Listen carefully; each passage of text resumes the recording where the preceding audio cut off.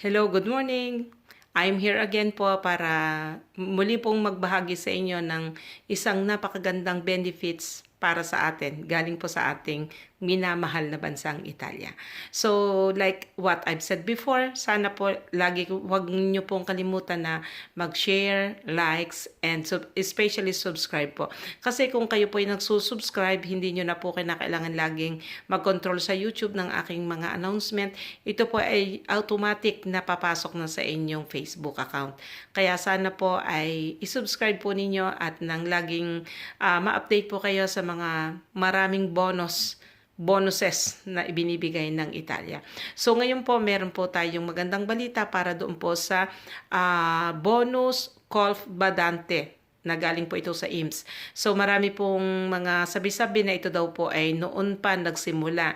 Hindi pa po yan nagsisimula. Siguro yung mga iba lang CAF, nagsisigurado na po yan na makakuha na ng kliyente. Kaya po sinasabi nilang simula na. But actually, it's Monday pa po. Sa Lunes pa po, kaya hindi pa po kayo nahuhuli. Hindi ko na nga lang po nakaugalian na mangolekta ka agad ng mga dokumento kung hindi pa naman tunay na sigurado na talagang mag-start. So, ngayon po sa Lunes po magsisimula yon. So sino po yung po pwedeng makakuha nito? Ang pwede pong makakuha nito yung pong may regular contract sa inyong employer na kahit po hanggang 23 ng February may kontrata kayong ginawa ang amo. Yung pong halimbawa ay naging February 24 po na ang inyong contract, hindi na po yun po pwede. Kinakailangan at least po nakaasunto na kayo sa kanya noong February 23. At least 10 hours a week. At hindi po kinakailangan kayo ay nakavisa. Hindi po pwedeng nakavisa. So kinakailangan kayo po ay mga part-timer po or yung mga lungguraryo lang na tinatawag. Hindi po pwede yung nakavisa sa amo. Hindi po yun tinatanggap ng IMSS ang ganong sitwasyon. Ito po yung sinasabi niya na po pwedeng sumali. Basahin ko po sa inyo para mas malaki sa Italiano. So, i requisiti richieste per richiedere il bonus non convivenza con il datore di lavoro. So, yun po ang sinasabi ko sa inyo, hindi po dapat na kayo ay nakavisa. Dahil kung kayo nakavisa na po, so it means po na kaya ng inyong mabuhay kasi ang datore di lavoro na po ang magpo-provide sa inyo ng inyong mga pangangailangan sa araw-araw. Kaya hindi po kayo kasali. Contratto regolare in essere alla data del 23 febbraio 2020. Yun po, kinakailangan kayo po ay nakaregular na sa kanya at least since February 23, 2020 at superiore a 10 ore a settimana. Yun po, so almeno po ay superiore a 10 ore. So, superiore 10 ore, so it means po at least 11 hours. Pataas dahil superiore. Siguro 10 hours, baka pwede po rin yun. So yung naka-part-time na konti po, hindi po pwede. Hindi po sila pwede na let's say 2 hours o 9 hours, hindi po yun po pwede. Absolutamente no. Okay? So, debe percepire altre sussidi. So, ibig sabihin po, wala po silang tinatanggap na, for example, reddito di cittadinanza, reddito di emergenza, o ono dei bonus previsti dal Cura Italia. So, kung kayo po ay may mga tinatanggap na mga bonus ng mga nabanggit kong ito, hindi po kayo po pwede. Wag na pong mag-try dahil talagang sinasabi na hindi na. Siyempre, pinagbibigyan pong lahat. Meron na po kayong bonus na tinatanggap, so tama na po muna ang isa para naman po ang lahat ay mapagbigyan. So, maliwanag po, pag meron na po kayong mga reddito di cittadinanza, reddito di emergenza, o ono di bonus previsti dal Cura Italia, hindi na po tayo po pwede. Ni devi essere titular di una pensione e esenzione del assegno ordinario di invalidità. So, it means po na hindi rin po pwede kung kayo po ay pensionado at kayo po ay mayroon ding assegno na tinatanggap sa pagiging invalid person po ninyo. So, you are not qualified po in this case.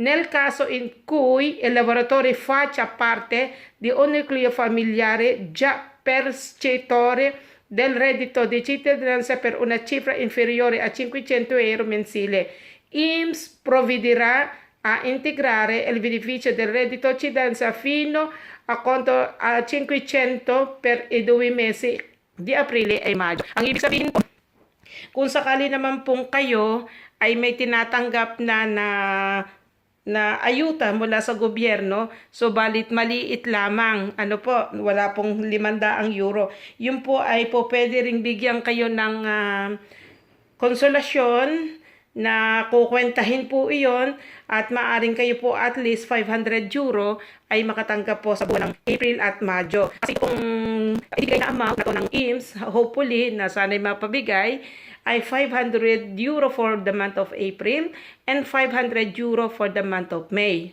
Ano po? So, dun po sa nabanggit kong huli, na just in case na kayo po ay meron ng tinatanggap na pera, na worth worth less than 500 euro, pwede po kayong bigyan ng consideration na makakuha ng 500 euro sa loob ng 2 buwan instead of miliero. Yun po. So, maliwanag po na kung makakwalify po kayo sa bibigyan ng bonus na ito, is bonus for golf badante, not only for golf ibadante, para din po sa mga autonomo po, pwede rin po. Hindi tayo lang po minsan nagko-concentrate lang dun sa kung saan tayo po pwede, kaya tayo ay familiar lang sa golf badante lang yung ating iniintindi, but anyway, but ito po ay valid din sa ibang klase ng tawag dito ng klase ng laboro na meron kayo. So, kapag kayo po ay naka-qualified, like what I've said, so 500 for April and 500 for May. So, a total of 1,000 euro. Napakaganda po. Kaya, ngayon po, pwede na po kayong tumawag sa amin. You just call 3200-405046. And then, I will entertain your question kung meron pa kayong dubyo. At si Abukato po namin ang gumagawa nito. Ito po ay sigurado. Kaya nga dito sa nakaraang tawag dito sa nakaraan pong Ayuta Fito at saka Ayuto Espesa, napakarami po naming na-approve dahil talagang magaling pong gumawa itong si Abukato namin. Talagang alam niya kung paano po sagutin ang mga bagay-bagay. Hindi po ako ang gumagawa niyan. At dahil nang wala din naman po akong sapat na kaalaman dyan sa mga bagay na yan, kaya kinakailangan ko po yung assistance ni Abukato. Siya pa ang assistant ko ngayon. Assistant ko ngayon. So, anyway, yun po ang ating magandang balita. So, dun po naman sa iba na let's say wala kayong trabaho, na lisensya kayo, mayroong mga bonus na gusto ninyong matanggap, napakarami pong mga bonuses na pwede nating pag-usapan. Ano po, kung tumawag lang po kayo dahil aalamin natin kay Abukato kung ano po yung bonus na po pwede nyong matanggap. Okay? Tawag lamang po tayo dahil alam nyo naman po hindi pa tayo regular na makapagbukas. Kaya tawag-tawag lang po kayo at bibigyan ko kayo ng appointment para dumalaw sa kanya. At mabigyan kayo ng sapat na katulungan para dun po sa nararapat ninyong benefits na makuha. Pero as usual po, para dun sa mga ating mga subscriber na talagang laging hindi lumilipat ng pagpapagawa, eto na naman po, naandito na naman po ulit tayo, pwede na ulit nating simulan ang pagpapagawa nito. So, hindi po ako nahuhuli, kundi hindi lang po ako katulad ng iba na sigurista na kaagad na kumukuha na ng mga documents at sinasabing simulan na. Hindi pa po. So, yung pong mga nag-submit na sa ibang parte, kayo po ay mga lambang na sa kanila dahil baka natabunan na yung inyong mga documents. Hindi pa po yun na ipapasok dahil hindi pa po nagsisimula. Yung nga pong Monday, I doubt it na magsimula din, pero hopefully, dahil yun po ang sabi ni Abukato sa akin, na Monday daw po ay magsisimula.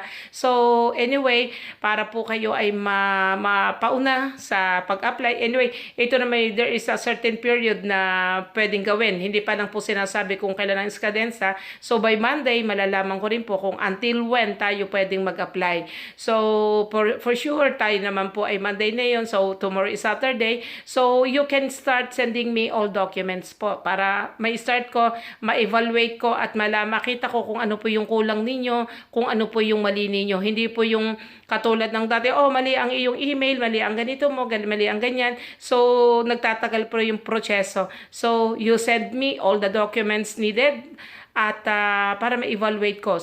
So, ano po yung mga documents needed? Uulitin ko po, baka hindi po ninyo naliwanagan na yun lang pong siyempre, laging kailangan po ang mga karta identita, soggiorno, permesso di soggiorno, codice fiscale, ayan. Tapos, yung pong sa amo ninyo, yung kontrato ng inyong laboro, isend nyo na po yung pong sa IMSS, yung pong anyway, hindi naman po yun hinihingi, pero per securezza, kung meron din lang po kayo, isend nyo na sa akin para at least kita na nila yon. Yung kayo po ay take note po na kinakailangan pong kayo ay hindi naka-visa. Kasi hindi po naman natin po pwedeng naitago ito sa kanila dahil mismong ang IMSS po ang nagbibigay ng bonus na to. So once na ma-type nila yung ating codice fiscale, subito po na makikita nila kung ano pong status ng inyong laboro meron kayo. So kita na kaagad nila na, oh, ito naka-visa. No. So ayoko pong kayo aasa sa wala na sigurado namang wala kasi nga like what I've said nga po, ito ay para lang doon sa mga part-timer, yung pong umuuwi sa bahay, yung pong maraming expenses na kayo ay may bumabayad ng bahay, bumabayad ng pagkain. Kasi kapag naka-visa nga naman, so they understand na kayo po ay libre na doon at lahat ay ang amo na ang provide ng lahat. Ano po? So, by Monday po, ito po ay magsisimula na. So, para kung gusto po naman ninyo na talagang makita nyo kaagad subito by Monday morning na okay na ito at kasi mag-tape ulit ako ng simula na ang pagpapasok. So, you please subscribe po para hindi nyo na ako kinakailangan tawagan. Makikita nyo na mismo sa inyong Facebook na ito, nag-record na si Lilian. Makikita na po ninyo yung pasok ang aking pagre-record sa YouTube. Okay? So, please subscribe po. Shares and likes na rin po. Okay? So, para naman po lagi kayong update. Alam nyo po, marami pa po tayong mga bonus na matatanggap. Meron din po pong sa Luchi at Gas na po pwede po kayong makahingi ng iskonto. At doon po sa mga hindi nakabayad ng huling buwan, baka po lumaki yung bill ninyo dahil nga tayo nasa bahay lang, po pwede po kayong tumawag sa Aduwia para po magkaroon ng ratyale ang pagbabayad niyan. Basta simula po nung magkaroon ng problema, pwede po kayong tumawag at to pay 4 times po yung buleta ninyo. So malaking katulungan na rin. At meron din po tayong system para po humingi ng iskonto sa ating binabayaran. Okay po? So I think nasabi ko ng lahat, maliwanag po. So try to send all documents needed para po ma-evaluate ko na kaagad yung mga kailangan. Okay? So, wala pong ibang mahirap na requirements, kundi po yung mga dokumento ninyo at saka yung data de asunsione ninyo na kinakailangan pong prima de February 3. Yun lamang po ang kinakailangan. So, wala pong mahirap na hinihingi sa atin. Okay? So, just send me na nga po yung inyong mga requirements and I will wait for it. Okay? So, thank you again and once again, please don't forget to subscribe my page para naman po maging update lagi po kayo sa lahat ng aming mga balita sa bawat araw. Okay, maraming salamat po. God bless all at mabuhay tayong lahat.